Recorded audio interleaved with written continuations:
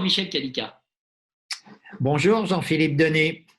Michel Kalika, vous êtes professeur émérite à l'IAE de Lyon, vous êtes président du Doctorate in Business Administration, DBA, du Business Science Institute, et vous êtes co-auteur d'un ouvrage de référence, puisqu'on en est à la 11e édition, Stratégie, qui est paru en août 2019.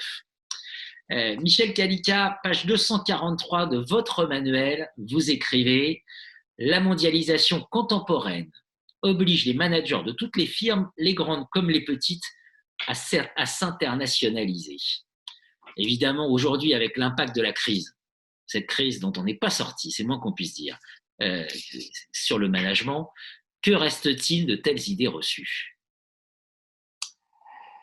Jean-Philippe Denet, oui, là, je suis en train de vérifier, la page 243, oui, c'est exact, et vous percevez probablement une gêne de ma part. Ceci étant, il faut comprendre que ce type de développement se situe dans un contexte et que la mondialisation, elle s'explique par des facteurs idéologiques, la chute du communisme, des économies fermées.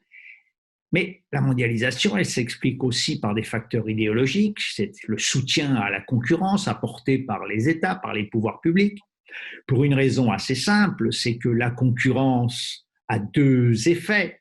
D'une part, elle fait baisser les prix dont profitent les consommateurs, les clients, et d'autre part, la concurrence, elle favorise l'innovation, la créativité.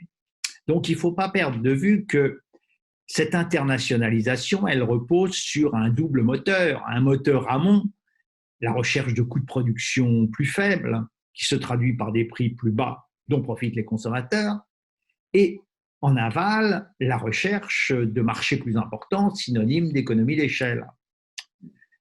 Alors, en termes d'impact par voie de conséquence de la crise, je suis bien d'accord sur tous ces éléments-là, mais en termes d'impact de la crise aujourd'hui, en termes d'impact, on ne peut pas imaginer que la mondialisation va disparaître.